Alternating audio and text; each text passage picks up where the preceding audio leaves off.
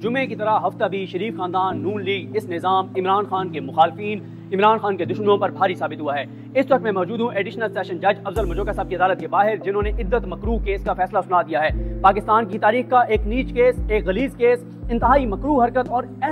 ایک ایسی پلاننگ کی گئی جس کا مقصد یہ تھا کہ عمران خان اور بشرا بی بی کے خلاف ایک ماحول بنانا، محاذ کھڑا کرنا، عمران خان کو بلیک میل کرنا، عمران خان کو توڑنا۔ لیکن عدت کیس آج اپنے منطقی انجام کو پہنچ گیا ہے۔ جج افضل مجوکا نے عدت نکاح کیس جو تھا، جو ایک مکروہ کیس تھا، غلیظ کیس تھا، اس کیس کو آج ردی کی ٹوکری میں ڈال دیا ہے۔ وہ تمام کوششیں، وہ تمام کاوشیں جس طرح سے کی گئی تھی، اڈیالہ میں رات کی تاریکی میں یہ کیسز چلتے رہے۔ 3 دن جج قدرت اللہ جو ہے وہ اڈیالہ میں بیٹھے رہے، رات دیر تک وہ کیسے سنتے رہے اور عمران خان اور بشرا بی بی کو اس کیس میں سزائیں دی گئی تھی۔ یہ وہ کیس ہے جس کیس کے بننے کے بعد دیکھیں، ایک ہوتا ہے انسان، خفیہ انسان جو ہے وہ منصوبے بناتا ہے، پلاننگز کرتا ہے، غلیظ کیس بناتا ہے، مکروہ کیس بناتا ہے، لیکن کہیں اور بھی خفیہ تدبیریں بنتی ہیں۔ اس کیس کو بنانے کا مقصد جو یہ تھا کہ عمران خان کو اخلاقی طور پر ڈیمیج کرنا، عمران خان کو کمزور کرنا۔ لیکن اس کیس کا جتنا عمران خان کو فائدہ ہوا اس کا کوئی تصور بھی نہیں کر سکتا، اور خود نون لیگ والے ٹی وی چینلز پر بیٹھ کر یہ بات مانتے رہے، یہ بات کہتے رہے کہ عدت کیس بنانے کا ہمیں الیکشن میں بہت